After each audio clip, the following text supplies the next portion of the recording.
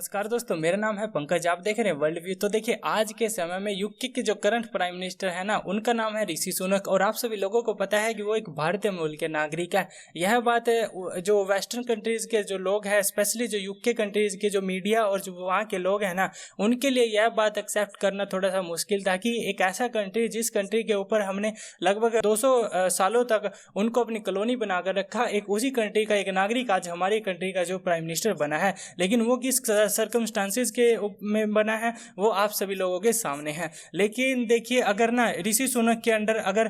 कोई ब्लंडर हो जाता है, कोई ऐसा ब्लंडर कि स्पेशली इंडिया को लेकर, देखिए वो इंडिया से ही है, और अगर इंडिया को लेकर अगर ऋषि सुनक के अंडर यूके और इंडिया का रिलेशन खराब होते हैं ना, तो जो यूके का करियर है ना, उसके ऊपर भी बहुत एक प्रश्न चिन्ह यहाँ पर लग जाएगा यूके के अंदर। अब देखिए, बात यहाँ पर हो रही है इंडिया और यूके के रिलेशन की। तो यहाँ पर बात हो रही है जो अभी रिसेंटली डेवलपमेंट हुई थी कि जो प्रो खालिस्तानी ग्रुप्स हैं, जिन्होंने जो इंडियन एम्बेसी के बाहर जाकर किस प्रकार का वहां पर प्रोटेस्ट किया था और किस प्रकार से वहां पर जो इंडियन फ्लैग है उसको डिसऑनेस्ट किया था, उस इंडियन फ्लैग के साथ उन्होंने क्या किया था वो पूरी दुनिया ने देखा। और फिर उसके बाद भारत का जो रिएक्शन था ना, वो मतलब यूके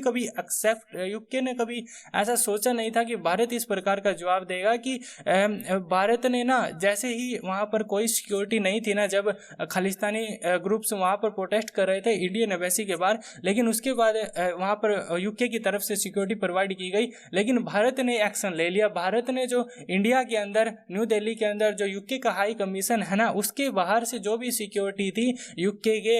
हाई कमीशन के बाहर, उसको विड्रॉल कर लिया। और वहां पर एक टॉयलेट बनाने की भी बातें यहाँ पर की जा रही थी, लेकिन ये सब अपनी जगह थी। लेकिन जब भारत ने ये एक्शन लिया ना यूके के रिप्लाई में, तो देखिए जो वेस्टर्न मीडिया है ना, उसको उन्होंने ऐसा कभी सोचा नहीं था कि भारत कभी इस प्रकार के एक्शन ले सकता है, स्पेशली जो यूके के अगेंस्ट। लेकिन देखिए भारत ने ले लिया कि, और उनकी यह बात भी आज समझ में आ चुकी है कि जो ये आज का भारत है ये पहले का भारत नहीं है। अब देखिए, यहाँ पर बात हो रही है, जो यूके मीडिया जो है ना, एक रिपोर्ट पब्लिश कर रहा है, यहाँ पर काफी आर्टिकल्स भी पब्लिश किए जा रहे हैं कि जो प्रो खालिस्तानी ग्रुप्स है ना, उनके इशू को लेकर ने भारत ने जो है ना, जो फ्री ट्रेड एग्रीमेंट की जो बातचीत है ना, उसको रोक दिया है, उसको स्टॉप कर दिया है, क्योंकि भारत जो है ना यूके से नाराज है। अब देखिए, यहाँ पर ना ये बात ना इंडियन गवर्नमेंट और यूके की जो गवर्नमेंट है ना, इन दोनों गवर्नमेंट ने इन जो ये मीडिया रिपोर्ट्स आ रही है, खारिज कर दिया कि ऐसी कोई भी बात नहीं है हमारे दोनों कंट्रीज के बीच में, यूके और इंडिया के बीच में।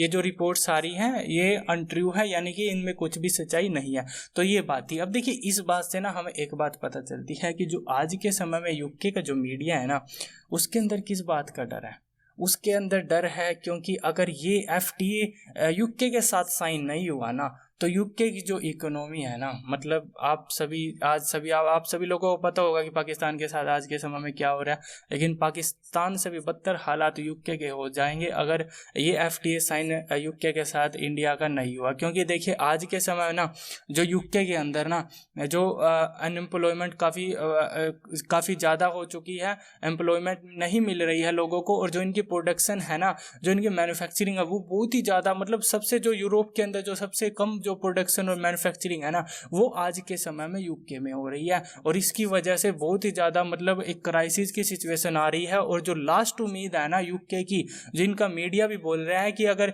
इस साल के अंदर इंडिया के साथ अगर इनका फ्री ट्रेड एग्रीमेंट साइन हो जाता है, तो ये यूके के लिए बहुत बड़ी विक्ट्री होगी। क्योंकि इससे क्या होगा कि जो यूके के जो एक्सपोर्ट्स है ना, वो इंडिया में बढ़ेंगे और यूके के अंदर प्रोडक्शन होगी, और फिर वहाँ पर एम्प्लॉयमेंट जनरेशन होगी। तो इससे जो है ना, एक उम्मीद है, एक बहुत बड़ी उम्मीद है यूके को कि ये जो फ्री ट्रेड एग्रीमेंट है ना, ये भारत के साथ किसी भी तरह से हो जाए। लेकिन यूके का जो मीडिया है ना, उसका यहाँ पर जो डर है ना, वो यहाँ पर दिखाई दे रहा है कि जो प्रो खालिस्तानी ग्रुप है ना, उनको एक प्रकार से ना यूके ने किस प्रकार से मतलब उनको एक शेल्टर सी प्रोवाइड कर रखी है, जिस प्रकार से यूएसए के अंदर, कनाडा के अंदर, स्पेशली कनाडा का तो केस अलग ही है, वहाँ पर तो कुछ अलग ही सीन है वहाँ से तो ऐसी प्रकार की स्टेटमेंट्स भी आती है, इंटरनल मैटर पर भी स्टेटमेंट आती है, स्पेशली खालिस्तानी इशू को लेकर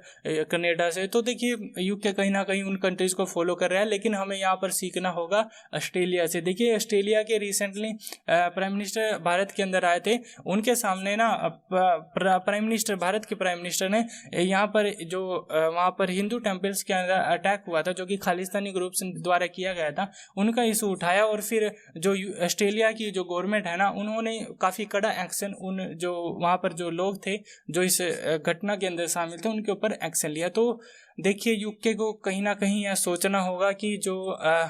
भारत का इंटरनल मैटर है, स्पेशली जो भारत की इंटरनल सिक्योरिटी है और भारत की जो इंटरनल इंटीग्रिटी है, उसको यूके को सपोर्ट करना होगा, और तभी जो यूके और भारत के जो रिलेशन है वो अच्छे हो सकते हैं। तो आई होप आप सभी लोगों को यह पूरा इशू समझ में आया होगा। तो इसी के साथ मिलते हैं नेक्स्ट वीडियो में, तब तक के लिए गुड बाय। और हाँ, अगर आप सभी लोगों ने हमारे चैनल को अब तक सब्सक्राइब नहीं किया तो आप हमारे चैनल को सब्सक्राइब कीजिए और बेल आइकन के बटन को भी क्लिक कीजिए ताकि आपको इस प्रकार की डेली वीडियोस की अपडेट मिलती रहे।